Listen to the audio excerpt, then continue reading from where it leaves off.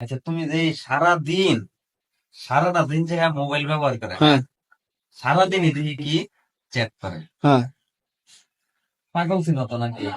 হ্যাঁ পাগল না যে তুমি যত কইলে বুঝাও যে ভাই তুমি পাগল, তোমার ডাক্তার দেখানো দরকার, তোমার আপনার মানসিক হাসপাতালে যাওয়া দরকার, তুমি এর চিকিৎসা করো। পাগল কিন্তু বিশ্বাস করতো না, পাগল কোনোভাবেই স্বীকার করতো না যে এটা পাগল। হুম বুঝছো? হ্যাঁ সবাই মিললেও যদি হারে বুঝানিও, সবাই মিললে যদি হারে বুঝা যে তুমি পাগল ভাই, তুমি এমন কথাবার্তা করো না যে তুমি একটু সমাজের থেকে দূরে থাও, তুমি পাগল, তুমি আমাদের সাথে চলাফেরার মতো যোগ্য না। এরপরেও কিন্তু কোনো সময় মানতো না, বিশ্বাস করতো না, স্বীকার করতো না যে আমি পাগল।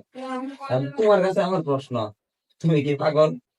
না, আমার তোমার কোন কিন্তু পাগল বানা আমার। দেখছো ভাই, মানে পাগলের সংজ্ঞাই কিন্তু আমি কয়ে দিছি হ্যাঁ হ্যাঁ যে পাগল পাগল কোনোভাবে স্বীকার করে না যে স্বীকার করে পাগল। এও স্বীকার করছে না, এটা স্বাভাবিক যে স্বীকার। না করলে কি হয়, আমি পাগল।